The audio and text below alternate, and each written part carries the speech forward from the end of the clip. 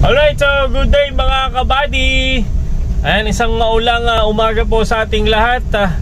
At nakikita nyo naman po ang ulan ngayon, ano? So malakas po mga kabady. So tips lang tayo, ano, sa mga kabady natin na nagmamaneho po, no? So ng kanilang mga sasakyan. Yun po, siguraduhin po natin na i-check po natin ang sasakyan bago tayo umalis, kung nasa condition ba ito. At mag-focus po tayo mga kabady, ano?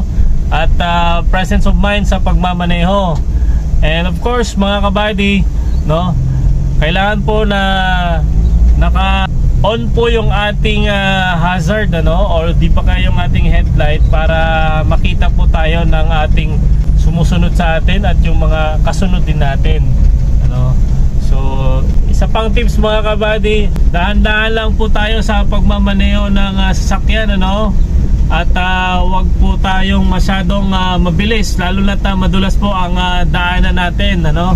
At mga kabady, wag po tayong bigla o ibigla yung pag-brake, no. Tulad dito, dahan-dahan lang yung pag-apak ng brake natin kasi nga madulas ang ating kalsada. So kailangan po natin na mag-ingat po, no? So yun lamang po mga kabady, ang ilan lamang po sa mga 50 tips para sa mga kabady nating mga driver na nagmamaneho ng kanilang sasakyan. Ito na ngayong tag-ulan. So God bless po mga kabady, yun lamang po. Keep safe always. Ito po si Kabady Rojim, hindi po kayo nag-iisa kabady. Bless po, ingat po tayo lahat.